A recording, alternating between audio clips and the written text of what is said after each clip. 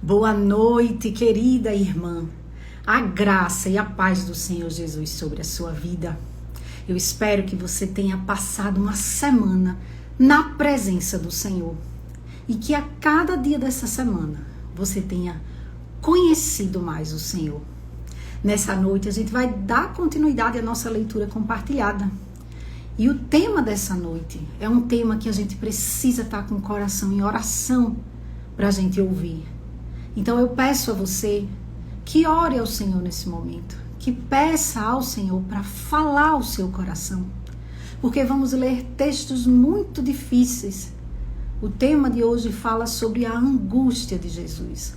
Vamos falar sobre o seu sofrimento, os incomparáveis sofrimentos de Cristo. Vamos falar sobre tudo aquilo que Jesus sofreu por amor a nós.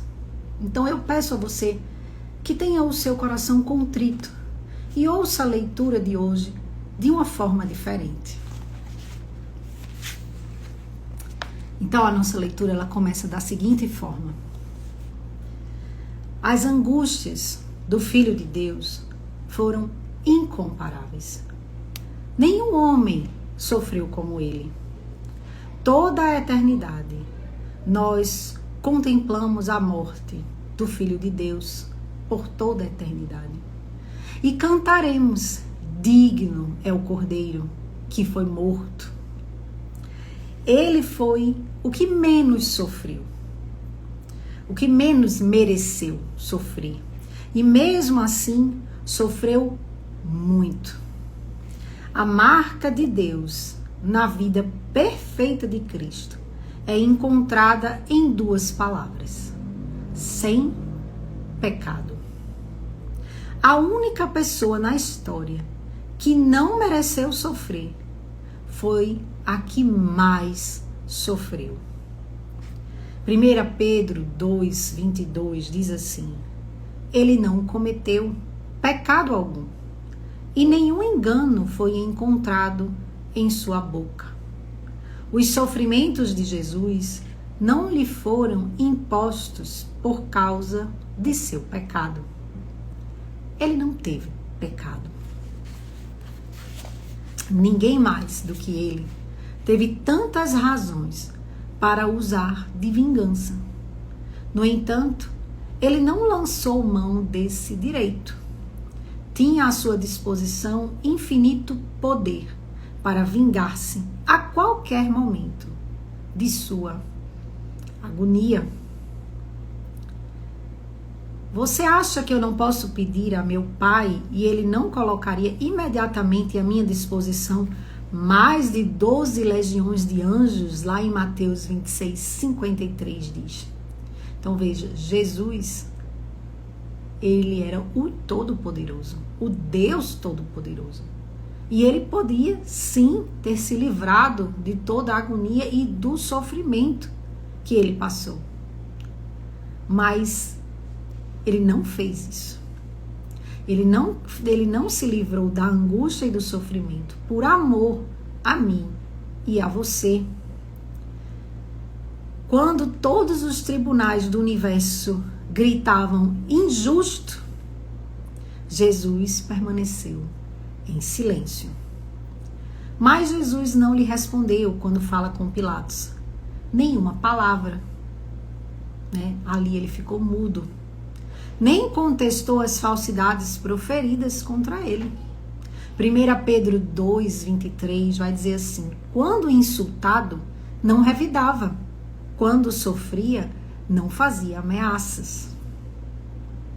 Veja, a tendência do nosso coração é sempre revidar. A tendência do nosso coração é sempre se justificar. A tendência do nosso coração é querer fazer justiça com as próprias mãos. Mas a gente deve caminhar segundo o nosso mestre. Olhando para Jesus, a gente vê que não é assim que funciona. Quem é o vingador? Deus. Quem era o vingador de Cristo? O Pai. Então ele entrega a sua vida ao Pai para que o Pai faça justiça. Da mesma forma é a nossa vida.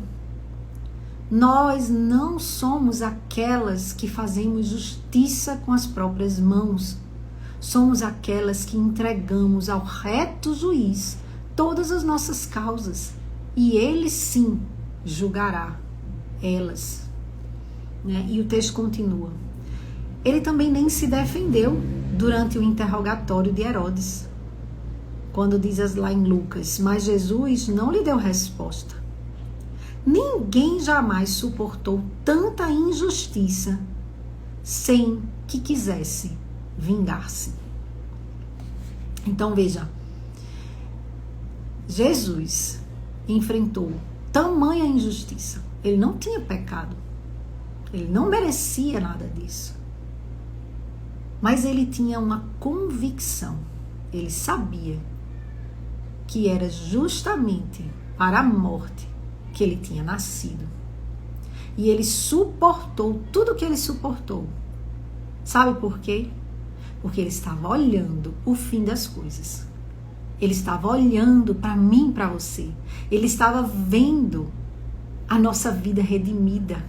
Ele estava vendo os muitos irmãos que ele teria depois daquele sacrifício. Veja o tamanho do amor de Cristo por você. E não pense que o sofrimento era tolerável. A gente pensa, quando a gente lê os evangelhos, a gente já leu tantas vezes que a gente passa pela leitura sem perceber. E a gente já até decorou quais foram os sofrimentos que Jesus passou. A gente já sabe dos açoites, já sabe da coroa de espinho, a gente já sabe tanta coisa, já sabe que cuspiram no rosto dele. Mas o que Jesus passou, minha irmã, foi tortura. Jesus foi torturado. Então, não foi pouca coisa. Se você algum dia assistiu aquele filme A Paixão de Cristo, você tem um pouco a noção do que Jesus passou. Mas o sofrimento de Jesus foi tamanho ao ponto de ele não conseguir carregar a própria cruz, de tão debilitado que ele estava. Se fôssemos forçados a assistir aquela cena, provavelmente teríamos desmaiado. No jardim, o seu suor era como gotas de sangue que caíam no chão. Está lá em Lucas. No meio da noite, diante do sumo sacerdote, alguns lhes cuspiram no rosto e lhe deram murros. Outros lhe davam tapas. Diante do governador, eles o açoitaram. E um historiador chamado Eusébio, por volta de 300 depois de Cristo, descreveu o açoite aplicado pelos romanos aos cristãos, mais ou menos desta maneira. Houve época em que suas veias e artérias eram rasgadas por açoites, até o ponto de deixar expostas as partes ocultas do corpo, suas entranhas e órgãos. Enquanto Jesus sofria, os soldados zombavam dele. Vestiram-no com um manto falso de realeza. Vendaram-lhe os olhos e, dando-lhe murros, diziam: profetize! E os guardas o levaram dando tapas. Então você imagina, ele com os olhos vendados, recebendo murro no rosto, e as pessoas zombando dele, como se dissesse assim: diga agora quem foi que bateu em você. Minhas irmãs, foi muita humilhação. Uma coroa de espinhos foi colocada em sua cabeça e ela foi empurrada de encontro ao crânio com murros. Batiam-lhe na cabeça com uma vara e cuspiam nele.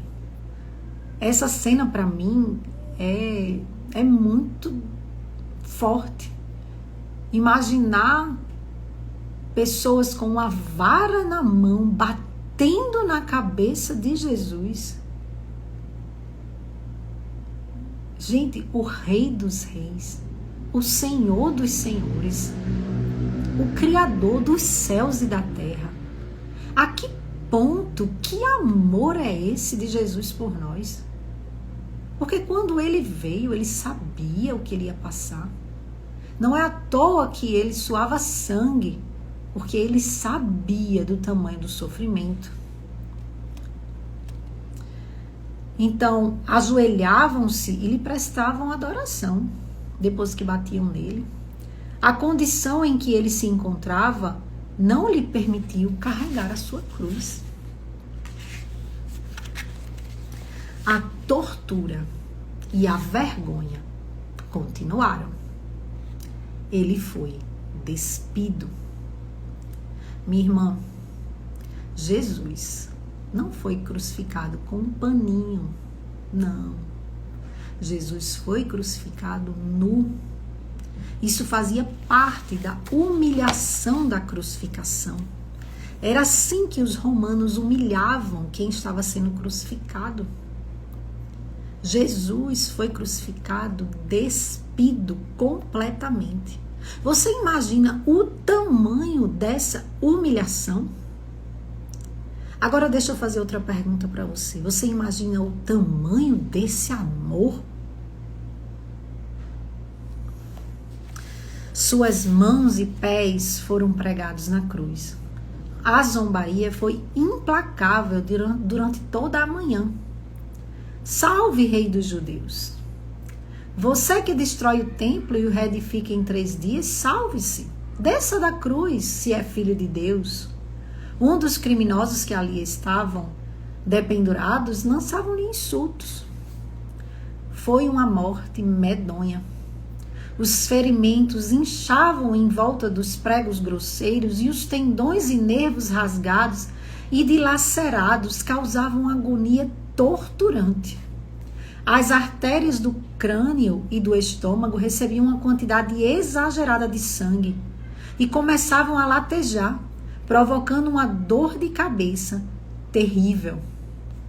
A vítima de crucificação morria praticamente 1000 vezes.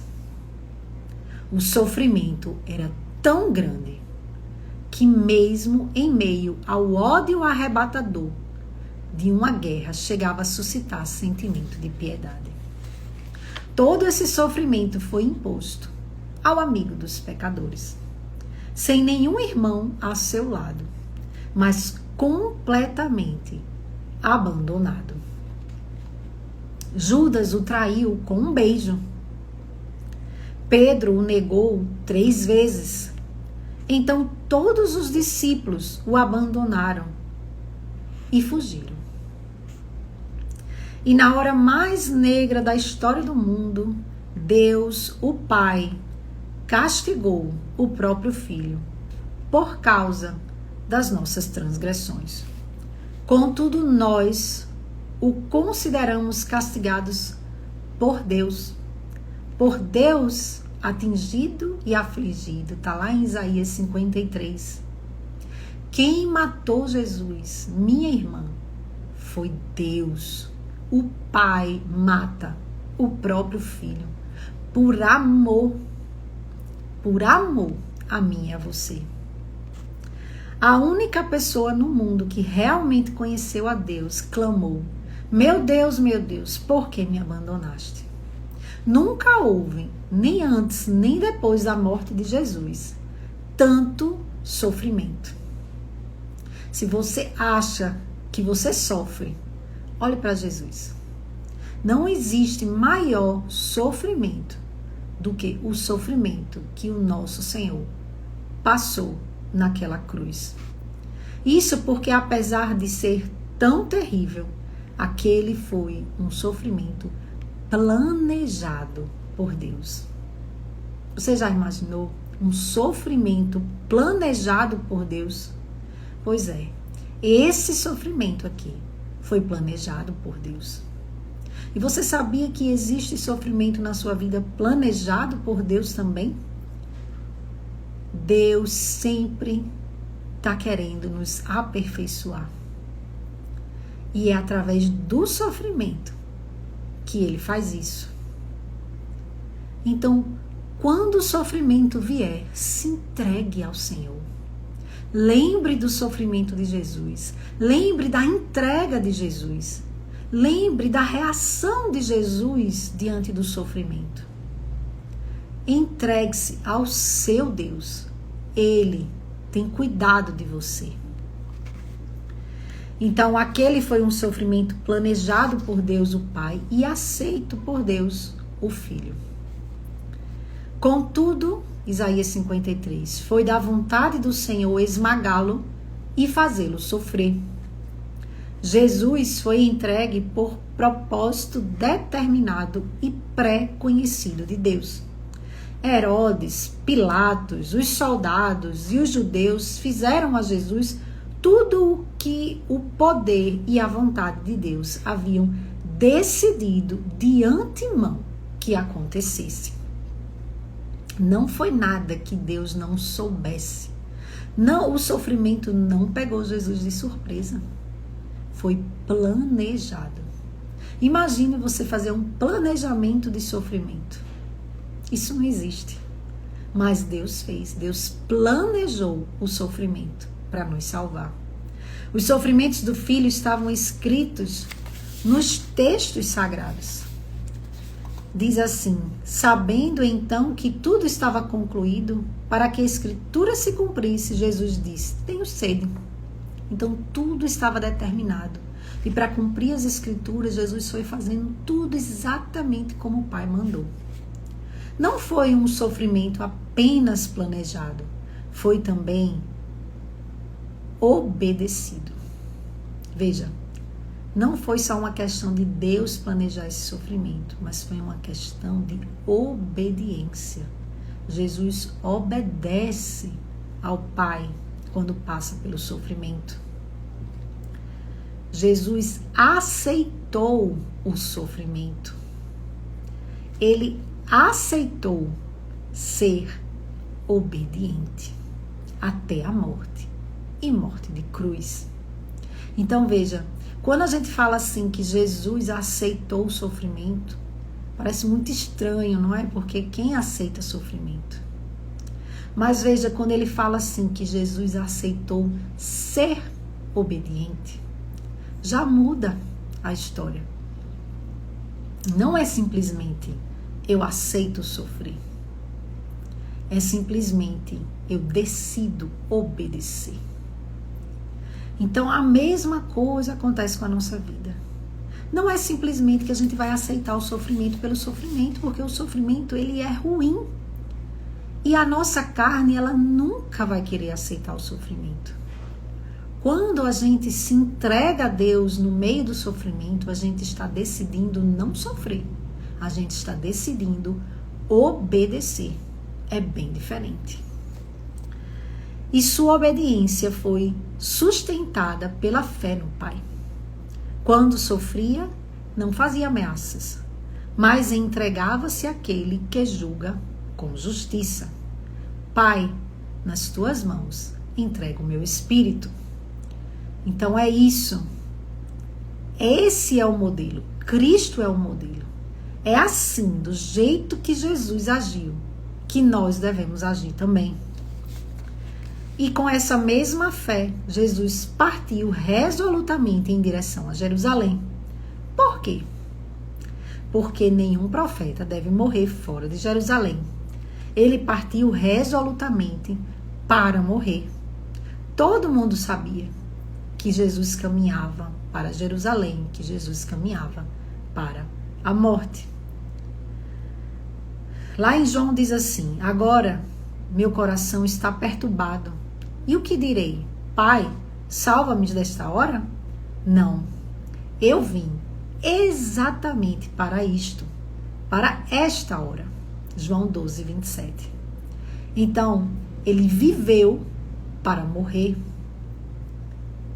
Ele viveu para se entregar. Ele viveu para um objetivo, que era ir para a cruz. E Jesus estava determinado a ir para a cruz. Não, nada ia fazer ele mudar de ideia. Era para isso que ele tinha nascido. Portanto, o sofrimento e a fraqueza de Jesus estavam a serviço de seu poder soberano. Veja que coisa antagônica, não é? O sofrimento e a fraqueza a serviço do poder soberano. mas estava sim, porque fazia parte do plano de Deus. Ele diz lá em João 10:18, ninguém tira a minha vida de mim, mas eu mesmo a dou, de espontânea vontade. Ele aceitou espontaneamente o plano do Pai para sofrer e morrer. E qual foi o plano? Morrer em nosso lugar para que pudéssemos viver. Minha irmã, se você hoje tem vida, se você anda na presença de Deus, se você, o seu coração se regozija no Senhor, dê graças ao Senhor Jesus. Foi por causa dele, por causa desse sofrimento, por causa dessa morte, que hoje você tem vida. O Filho do Homem veio para servir e dar a sua vida em resgate de muitos. O Filho do Homem veio não para ser um Deus carrasco, não para ser o Todo-Poderoso, não para dizer que era melhor, ele veio para servir. Então, se você vive hoje segundo Jesus, se você vive nos passos de Cristo, você vive para servir também. Você não veio ao mundo para ser alguém. Você não veio ao mundo para ter glória. Você não veio ao mundo para conquistar coisas para você. Você veio ao mundo para servir. É para isso que você vive. Lembre-se, Jesus é o nosso modelo. A gente sempre tem que olhar para Jesus. Ele mesmo levou em seu corpo os nossos pecados sobre o madeiro. O Senhor fez cair sobre ele a iniquidade de todos nós. E qual foi o objetivo de tudo isso? Ninguém tem maior amor do que aquele que dá a sua vida por seus amigos. Sim, mas com que finalidade? Qual o propósito desse amor? 2 grandes propósitos foram alcançados no sofrimento de Cristo. Na verdade, eles são resumidos num só propósito. Primeiro, Cristo sofreu pelos pecados de uma vez por todas, o justo pelos injustos, para conduzir-nos a Deus. Então, esse é um dos objetivos, conduzir-nos a Deus. O sofrimento de Jesus nos conduziu a Deus, cuja alegria e prazer duram eternamente. Veja, a gente está vendo uma parte da história de Jesus muito triste, que é o sofrimento dele. Mas aqui diz que a alegria e o prazer duram eternamente. Lembram que a gente estudou sobre a alegria de Cristo, sobre a alegria do nosso Salvador? Essa alegria é eterna e ela é completa porque estaremos com Ele lá. Ele fez tudo isso para que eu e você estivesse lá com Ele na casa do Pai. Essa é a alegria de Cristo, é ver você lá. Segundo, na hora da morte de Jesus, o Pai e o Filho foram glorificados. João 13 diz, agora o Filho do Homem é glorificado e Deus é glorificado nele. A alegria que sentimos quando provamos a Deus e a glória que Ele sente por nos salvar são um só sentimento. Esta é a glória dos sofrimentos incomparáveis de Jesus. Então veja, aquela alegria que a gente sente quando a gente prova o Senhor, né, é o mesmo sentimento que Jesus tem quando Ele nos salva. Então, Ele se alegra na nossa salvação, do mesmo modo que a gente se alegra nele. Jesus se alegra conosco e nós nos alegramos nele. Então, a glória do sofrimento de Cristo está exatamente na nossa salvação. Então, minha irmã, eu quero pedir a você que nessa noite você olhe para a sua vida, pense em todo o sofrimento que você tem passado, se é que você tem passado, e agora olhe para a vida de Jesus e pense como Ele passou por esse sofrimento. Do mesmo modo que o Mestre passou pelo sofrimento, É assim que você vai passar também. E entregando a justiça ao Senhor, não revidando, não buscando justiça própria, mas confiando que Deus tem um plano no meio desse sofrimento. E o plano de Deus é sempre glorioso. O plano de Deus sempre é bom, porque Deus é bom e Ele tem cuidado de nós. Amém? Então vamos orar, agradecer ao Senhor por mais uma noite de estudo bíblico, tá bom? Senhor Deus, nós te agradecemos, Senhor, porque tudo aquilo que o Senhor sofreu em nosso lugar foi para que tivéssemos vida no Senhor. Nos ajuda, Senhor, a vivermos uma vida digna de tamanha salvação. Nos ajuda, Senhor, a enxergarmos, Senhor, o plano do Senhor para as nossas vidas, que é muito maior do que aquilo que a gente pode ver ou tocar. Senhor, que o Senhor, como um bom pastor, cuide de cada uma de nós no sofrimento e nos faça passar pelo vale da sombra da morte. E que a gente possa ter a certeza de que o Senhor está conosco. Em nome de Jesus. Amém. Amém. Deus abençoe a sua vida.